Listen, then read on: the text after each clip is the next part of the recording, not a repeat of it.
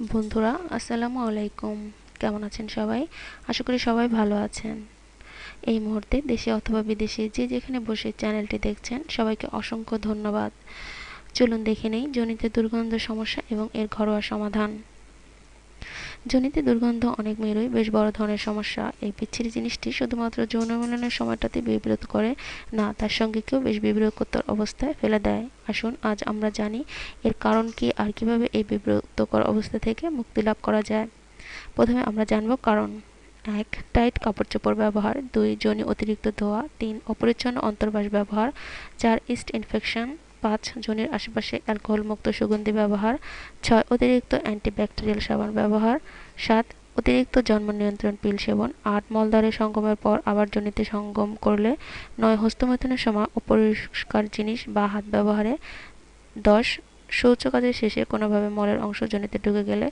১১. খাদ্যাভ্যাস, ফল এবং সবজি কম খাওয়া। এবার আমরা জানব প্রতিরোধের উপায়। ১. লেবু জাতীয় এবং টক ফল খান প্রচুর পরিমাণে। ২. প্রতিদিনের খাবারে দই অন্তর্ভুক্ত রাখুন। ৩. প্রতিদিনের খাবারের সাথে কয়েক কোয়া রসুন খান। ৪. চা গাছের তেল টি যোনির ভেতরে নিয়মিত মাখুন ১ চামচ করে। ৫. প্রতিদিন ২টি করে আমলকি কাঁচা চিবিয়ে খান। ৬. সর্বদা পরিষ্কার অন্তর্বাস এবং ঢিলা জামাকাপড় ব্যবহার করুন। ৭. যোনি সর্বদা পরিষ্কার এবং শুকনো রাখুন। ৮.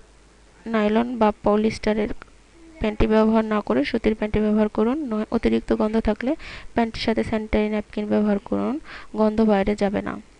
১০. মাসিকের সাথে নিয়মিত ন্যাপকিন চেঞ্জ করুন, এক ন্যাপকিন বেশিক্ষণ ব্যবহার করবেন না। বন্ধুরা, আমাদের এই টিপসটি যদি সামান্যতম ভালো লেগে থাকে তাহলে লাইক দিয়ে আমাদেরকে উৎসাহিত করবেন এবং শেয়ার করে অপরকে দেখার সুযোগ তৈরি করে দেবেন। আর আমাদের সাথে থাকার জন্য অবশ্যই আমাদের চ্যানেলটি সাবস্ক্রাইব করবেন। বন্ধুরা ভালো থাকবেন সবাই। আসসালামু আলাইকুম।